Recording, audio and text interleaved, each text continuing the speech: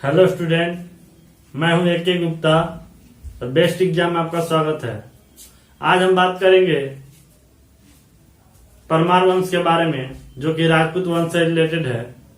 तो हम जानेंगे परमार वंश के बारे में कि परमार वंश का संस्थापक कौन था, परमार वंश के प्रमुख शासक कौन रहे हैं, जिनके बारे में हम पढ़ेंगे, जो परीक्षा के दृष्टिकोण से महत्वपूर्ण हो जाता है। तो आइए हम देखते हैं परमार वंश।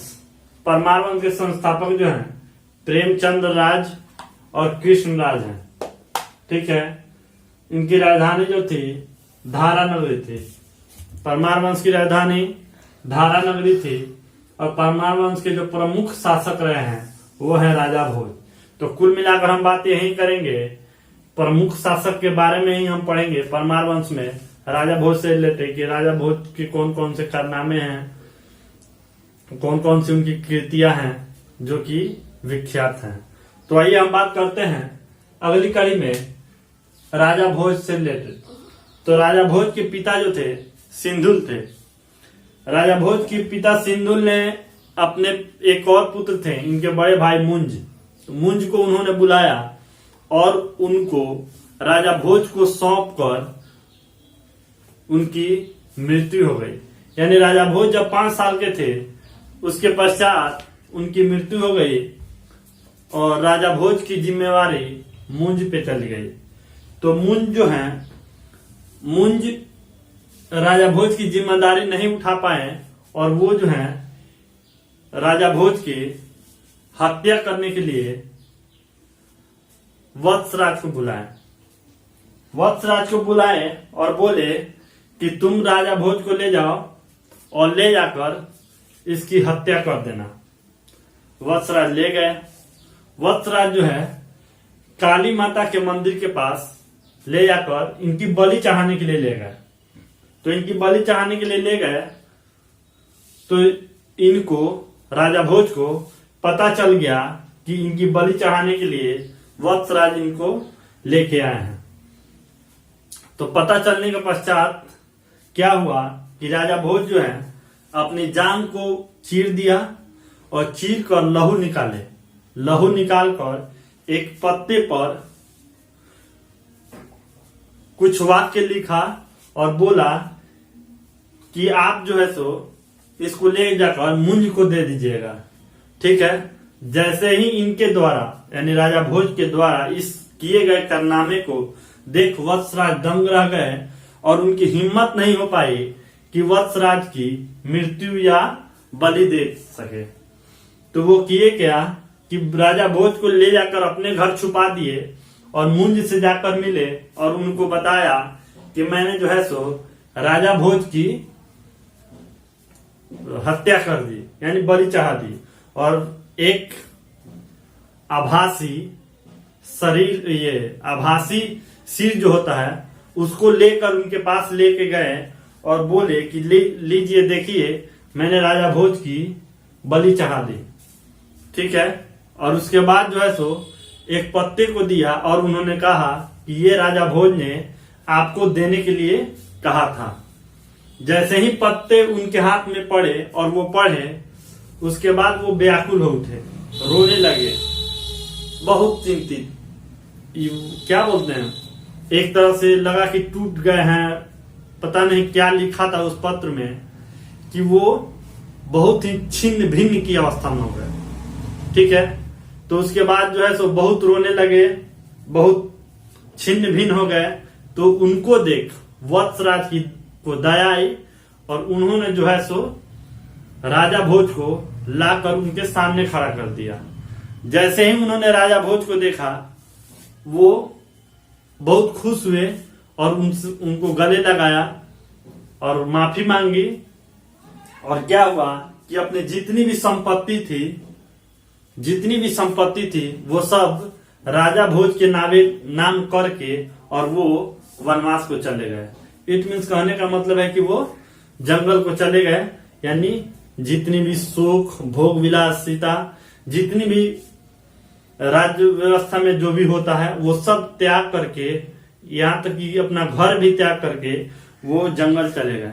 ठीक है, तो आगे हम जानेंगे राजा भोज के बारे में। तो राजा भोज जो है एक बहुत ही साहसी, ईमानदार, कर्मठ, और इनके द्वारा 84 कृतियां की गई, यानी 84 ऐसे बुक जो है लिखे गए जो धर्मशास्त्र पे। इनको कहा जाता है कि ये धर्मशास्त्र के ज्ञाता भी थे। इनका जब दरबार लगता था तो एक से एक पंडित विद्वान जो है उस दरबार में बैठते थे। तो आगे मैं बताऊंगा इनके द्वारा किए गए कारनामे को लेके। इनके एक आपने कहावत सुनी होगी, कहाँ राजा भोज और कहाँ गंगू तेली। इन्हीं के जो है सो राज्यसभा में एक कहावत प्रचलित हुई जिसको कहा गया कहाँ राजा भोज और कहाँ गंगू तेली, जो कि पूरे भारत में आई थिंक ये विख्यात है या प्रचलित है। आप किसी के मुंह से सुन लीजिएगा कि कहाँ राजा भोज और कहाँ गंगू तेली। तो आइए हमने जाना राजा भोज के बारे में। तो राजा भोज के बारे में जाने तो आइए कुछ और जानते हैं। राजधानी हमने देख लिया कि धारा नगरी था, और राजा भोज के माध्यम से वहां पे राजधानी में एक संस्कृत कृषि विद्यालय तथा सरस्वती मंदिर का इन्होंने निर्माण करवाया। किसने? राजा भोज में संस्कृत कृषि विद्यालय और एक सरस्वती मंदिर का निर्माण इन्होंने करवाया। तो क्वेश्चन में आपसे पूछा जाएगा कि कौन सा वैसा शासक था जिन्होंने सरस्वती मंदिर का निर्माण करवाया था? तो राजा भोज। ठीक है, आइए कुछ प्रमुख बातें और देखें। तो हम देखेंगे कि राजा भोज जो है इनको कृषि राज्य कहा जाता था। राजा भोज को कृषि राज्य कहा जाता था। नेक्स्ट देखेंगे तो राजा भोज जो है आयुर्वेद सर्वस्व समग्र सूत्रधार और खगोल विद्या आदि की रचना की। जैसा कि मैंने आपको बताया कि 84 ऐसी पुस्तक थी जिसको राजा भोज ने लिखा था।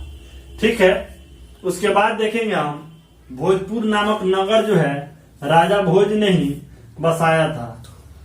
आगे चलकर हम ये देखेंगे, जैसा कि आप लोग भोपाल जानते हैं, भोपाल राज्य के बारे में। भोपाल जो था पहले का भोजपाल था। ठीक है, कालांतर में उसका नाम भूपाल पड़ा, और जो कि आज हम उसको भोपाल के नाम से जानते हैं। कुछ और कृतियां हम देखेंगे तो राजा भोज जो है स्वयं बहुत विद्वान थे, और कहा जाता है कि उन्होंने धर्म, खगोल विद्या, कला आदि की विभिन्न पुस्तकों का लेखन किया था, जिसके कारण को एक बहुत प्रसिद्ध राजा माना जाता था। और उनसे जितनी भी जनता थी, खास करके जो पंडित लोग थे, वो उनसे बहुत खुश थे, और उनके नगर में सारी जनता जो थी बहुत ही सुखी समृद्ध रहती थी। परमार वंश में हमने राजा भोज को जाना। राजा भोज से रिलेटेड जो टॉपिक मैंने बताया आप उसे ध्यान रखेंगे, क्योंकि उसे क्वेश्चन आता है। आइए नेक्स्ट टॉपिक देखते हैं, गढ़वाल वंश। गढ़वाल वंश में कुछ खास नहीं है, बस ऐसे ही है। गढ़वाल वंश जैसे राजपूत वंश में आता है, तो मैं इसे बता दे रहा हूँ। ये परीक्षा के दृष्टिकोण से कुछ खास नहीं है। यदि मैं नहीं बताऊं तो आप ही लोगों में से कुछ लोग बोलेंगे कि सर जो है ये सब टॉपिक जो है छोड़ दिए, शायद इनको नहीं आता है। ठीक है, आता तो मुझे सब है। तो आइए मैं इनके बारे में डिस्कस कर देता हूं। जैसा कि गढ़वाल वंश के संस्थापक जो थे वो चंद्रदेव थे। ठीक है, गढ़वाल वंश के संस्थापक चंद्रदेव थे, जिनको महाराजा धीराज की उपाधि मिली थी।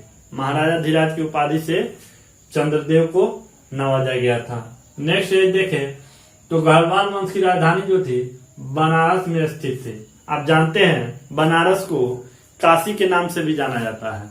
तो ये जो बनारस में इन्होंने राज किया, इसलिए इनको गढ़वाल शासक को काशी नरेश के नाम से भी जानते हैं। गढ़वाल नरेश को हम लोग काशी नरेश के भी नाम से जानते हैं। और गढ़वाल वंश के अंतिम शासक जो थे जयचंद थे, जो हमने पढ़ रखा है। गढ़वाल वंश के अंतिम शासक जयचंद रहे। तो आज का टॉपिक हम यही समाप्त करते हैं। कल फिर हम नेक्स्ट टॉपिक लेके आएंगे।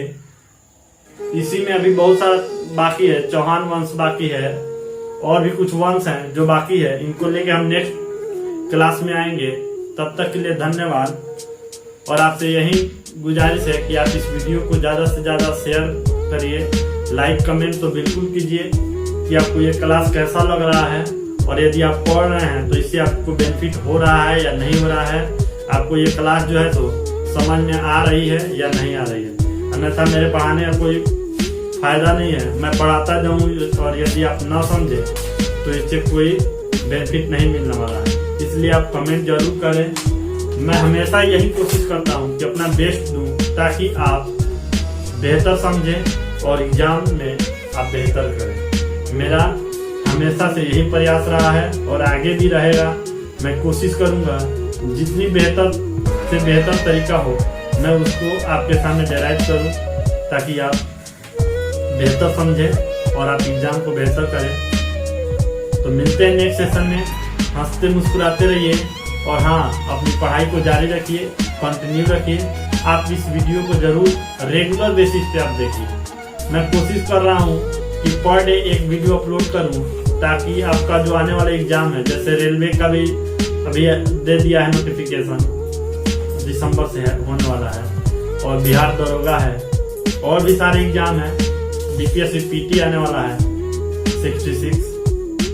तो आप बेफिक्र होकर पढ़िए। और मैं फिर एक और सब्जेक्ट लेकर आने वाला हूँ।